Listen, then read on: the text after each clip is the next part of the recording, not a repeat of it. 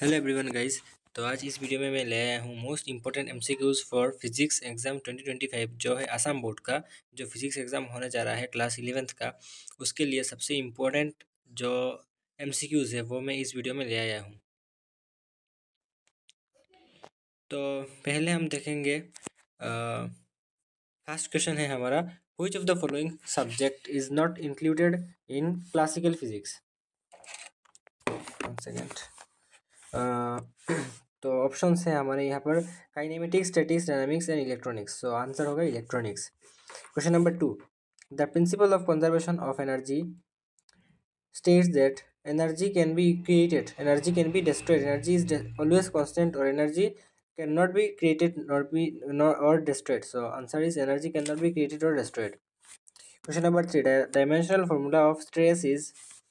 We know that stress is equal to force by area. So from the formula we found the dimensional formula is m l minus 1 t to the power minus 2. Next question, the dimensional formula of strain is, so it is 0, it is dimensionless. Question number 5 is, the dimensional formula of viscosity is m l to the power minus 1 t to the power minus 1. Question number 6, what is the scientific notation of this 0.004300? So we know that left side में जितने भी zero होंगे वो cancel हो जाएंगे scientific, sorry ये significant figure में बता रहा हूँ। तो सिग्निफिकेंट फिगर में क्या होता है, जो भी लेफ्ट साइड में होता है जीरोस वो कैंसिल हो जाता है, और राइट साइड से स्टार्ट होता है जो भी लेफ्ट साइड का जीरो होता है वो कैंसिल हो जाता है पॉइंट के पीछे, और जीरो के बाद जो नंबर्स आते हैं वो काउंट होते हैं। तो यहाँ पर 4 3 है और राइट साइड का जीरो उसके बाद काउंट होता है, मतलब 0 0 मतलब 4 है सिग्निफिकेंट फिगर। अगर साइंटिफिक नोटेशन हम यहाँ पर बताया गया है तो साइंटिफिक नोटेशन कैसा होगा इसका पहले हमको दिखना पड़ेगा जीरो के अलावा क्या नंबर से जीरो के पॉइंट के बाद। तो यह है 4 और 3, उसका मतलब होगा यहाँ पर 4 3 4.3 हम करेंगे यहाँ पर 4.3। उसके बाद क्या होगा, पॉइंट कितना अगर आगे आएगा, अगर हम 43 लिखेंगे तो भी होगा, लेकिन 43 मोर राइट होगा इसलिए 4.3। उसके बाद एक घर आ गया या दो घर तीन घर, मतलब 4.3 इंटू 10⁻³ ये होगा इसका साइंटिफिक नोटेशन। उसके बाद है numbers of significant figures in this. So we know that the numbers which are left side of the numbers rather than 0 get cancelled during the naming of significant figures. So the numbers are here 5, 1 2 3 4 5. Question number 8, the volume of a box is 10 meter wide, 4.5 meter long and 2.3 meter high. Up to 3 significant digits in meter cube is. So we know that the volume of a box is given by volume is given by L into V into H. Means here it is given that L equal to 10 meter, breadth equal to 4.5 meter and height is given 2.3 meter. From this formula we found the volume is 0.1.103.5 meter cube. लेकिन हम लोग को ये पता होना चाहिए कि यहाँ पर क्या दिया गया है, 3 डिजिट्स पर हमें लिखना है। यहाँ पर दिया गया है कि हम लोग को 3 डिजिट्स पर लिखना है, 3 सिग्निफिकेंट डिजिट्स पर लिखना है, तो हमें 3 पर करना पड़ेगा। लेकिन यहाँ पर 103 नहीं होगा। जब भी यहाँ पर पॉइंट के बाद कुछ नंबर्स होगा तो हमें यह देखना पड़ेगा कि 5 के आगे का जो नंबर है, यहाँ पर 5 है तो 5 के आगे का जो नंबर है वो ऑड है या इवन है।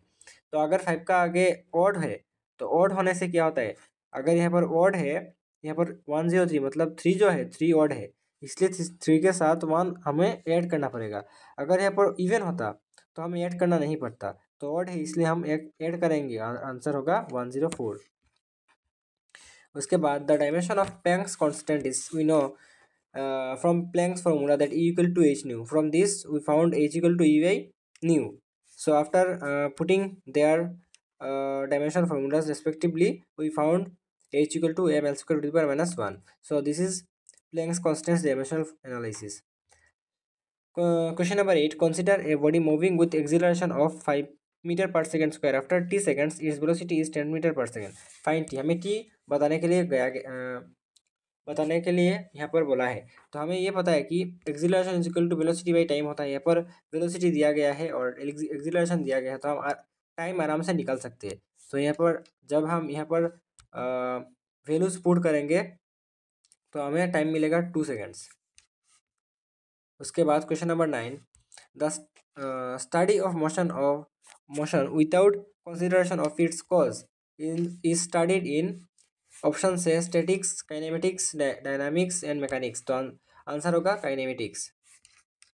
Question number 10, the length of the sum of the vectors a vector equal to 3i cap and v vector equal to 4j cap is. जब भी हमें ऐसा क्वेश्चन मिलेगा तब हम लोग को जो वेक्टर्स दिया गया है उनका मैग्नीट्यूड निकालना पड़ेगा। तो मैग्नीट्यूड हमें हम पकड़ लेंगे कि 3i के 4 जगह पे उनको साम करके बताया गया है, मतलब साम हम कर लेंगे और उसका मैग्नीट्यूड निकाल लेंगे। मैग्नीट्यूड हमें निकालना आना चाहिए। मैग्नीट्यूड इक्वल टू होता है जो दिया गया है उसका स्क्वायर रूट में, ये इसका होता है फॉर्मूला। तो फॉर्मूला से हमें पता चला कि 5 है आंसर। उसके बाद है 2 stones A and B are thrown at angles of theta and 90। ये बहुत इंपॉर्टेंट क्वेश्चन है। Theta and 90 minus theta with the horizontal the ratio of their horizontal range is. Horizontal range का हमें फॉर्मूला पता होना चाहिए। हॉरिजॉन्टल रेंज इक्वल टू होता है E² sin 2 थीटा बाई जी। तो ये पर 2 स्टोन का बारे में बताया गया है। तो एक हम पकड़ लेंगे R1, एक को हम पकड़ लेंगे R2। जो R1 बताया गया है वो है थीटा और R2 बताया गया है 90 माइनस थीटा। तो हम जब वैल्यूज पुट करेंगे तो हमें R2 फर्दर एक्सप्रेस करना पड़ेगा क्योंकि यहाँ पर 90 माइनस थीटा आ गया है।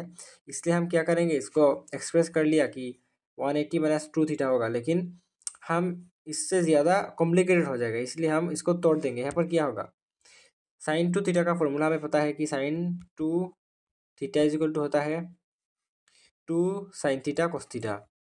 तो हम इसको ऐसे एक्सप्रेस कर लेंगे कि 2 sine 90 into 2 cos 90 minus theta और 2 sine 90 minus theta and cos 90 minus theta से। तो साइन 90 माइनस थीटा हमें पता है क्या होता है cos theta, cos 90 minus theta हमें पता है क्या होता है साइन थीटा। तो फिर से आ गया square 2 cos theta sine theta मतलब 2 साइन थीटा कॉस थीटा, मतलब R2 भी मिल गया स्क्वायर साइन 2 थीटा बाई जी। उसका हम जब रेशियो निकालेंगे तो आएगा 1:1, कैंसिल हो जाएगा, दोनों सेम है ना इसलिए। उसके बाद है Newton second law of motion gives the measure of, क्या किसका मेजर देता है second law of motion, force, मतलब F equal to M A से आ जाएगी या F equal to D of P से फोर्स का मेजर देता है।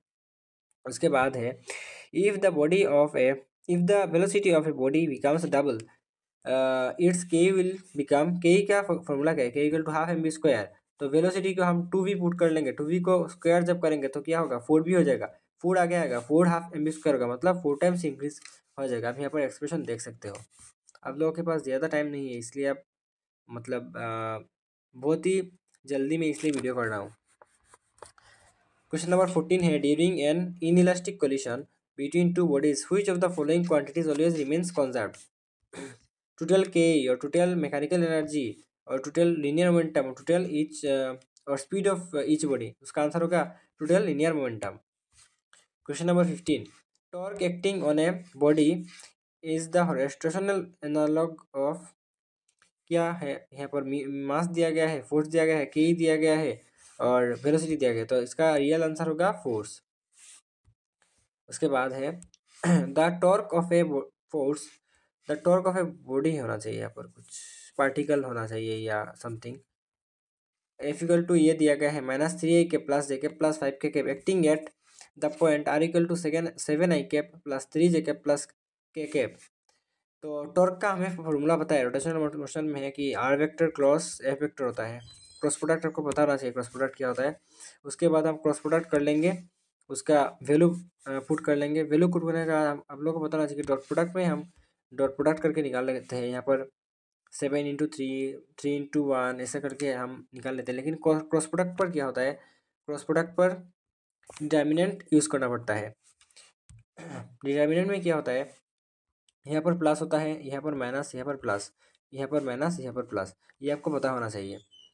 ये जब आपको पूरा क्लियर होगा, ये आपको 12 में आने के बाद जब डिटर्मिनेंट चैप्टर आप पढ़ोगे क्लास 12 मैथ्स में तब आपको क्लियर होगा। लेकिन आपको ये पता होना चाहिए कि आप आई कैप के आगे प्लस प्लस होता है यहाँ पर, मतलब यहाँ पर यहाँ होता है प्लस, उसके बाद यहाँ पर माइनस, वहाँ पर प्लस। तो हम जब आई कैप पकड़ेंगे तब यहाँ पर क्या हो जाएगा, पहले जो साइन आएगा तो वो आएगा प्लस। तो आई कैप हमने पकड़ लिया। उसके बाद हम लोग जिस भी रो या कॉलम को हम पकड़ के आंसर निकालेंगे। जैसे कि मैं यहाँ पर आई कैप इस कॉलम को पकड़ लेता हूँ फर्स्ट, तो हम लोग को इसको भी कैंसिल करना पड़ेगा और इसको भी कैंसिल करना पड़ेगा। कैंसिल करके इसको इससे इंटू माइनस इसको इनसे इंटू करना पड़ेगा।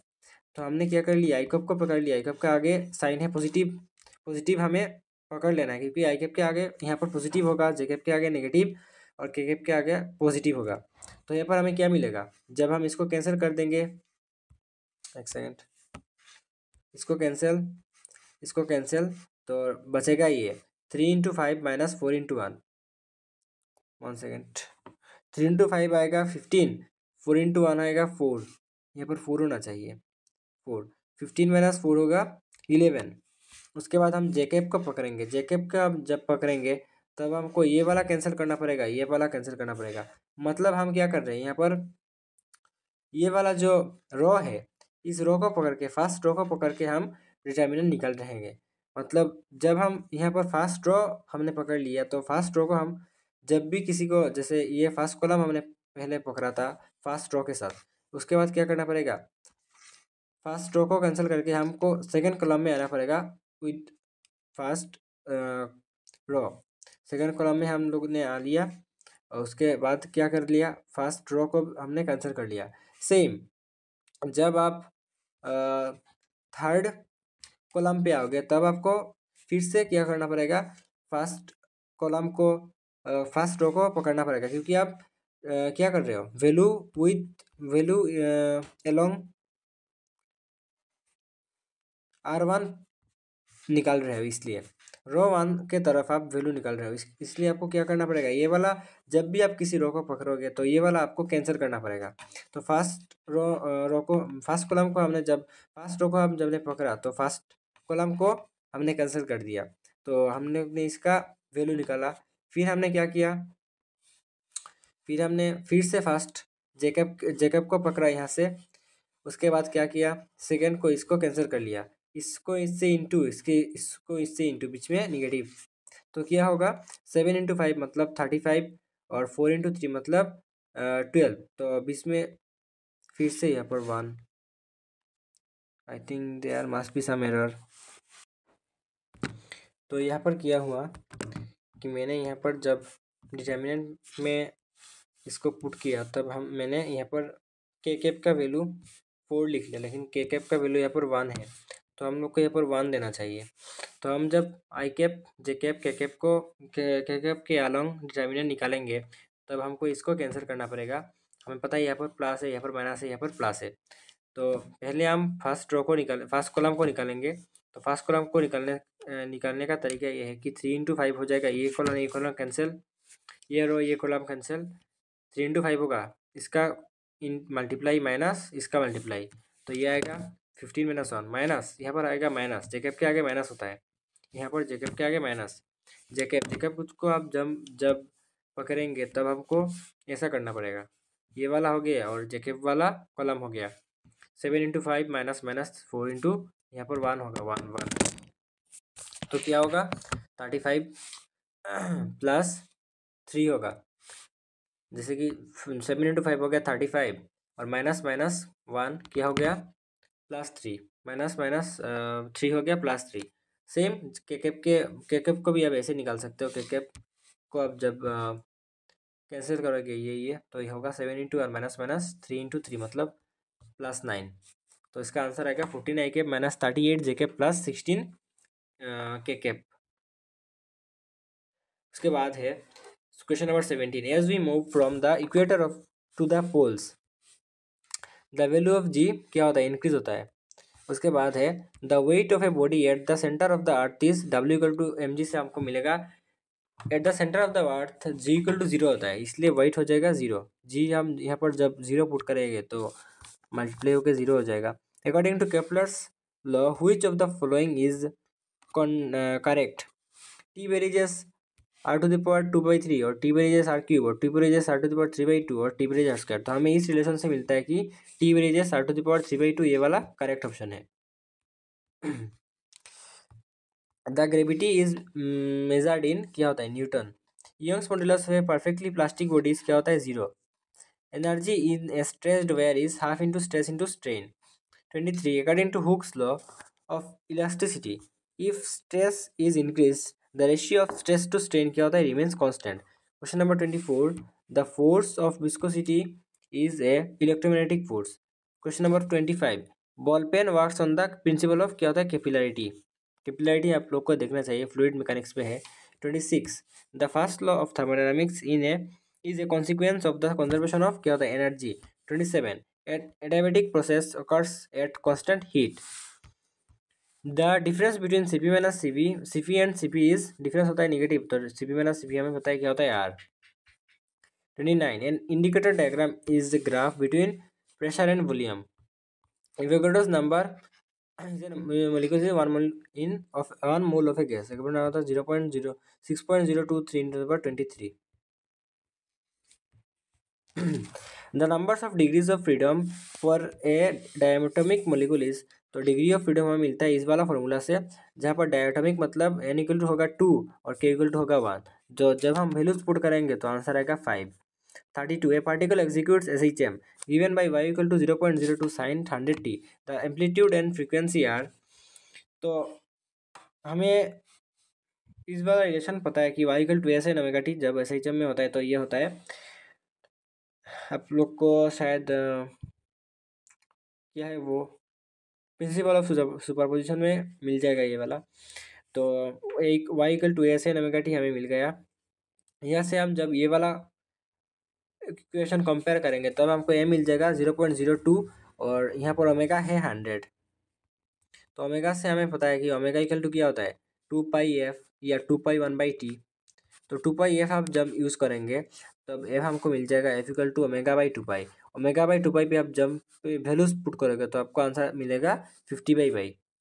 आप इसको इस तरह से भी डिफाइन कर सकते हो. Question number 30, N organ pipe open at both ends produces क्या longitudinal stationary waves. 34, the speed of sound in air is क्या proportional to pressure of air, proportional to the square of pressure, independent of pressure, none. Answer होगा independent of pressure. और 1 a equal to 1.48 × 8 kilometre. So thanks for watching. Revisions के video भी आने वाला है.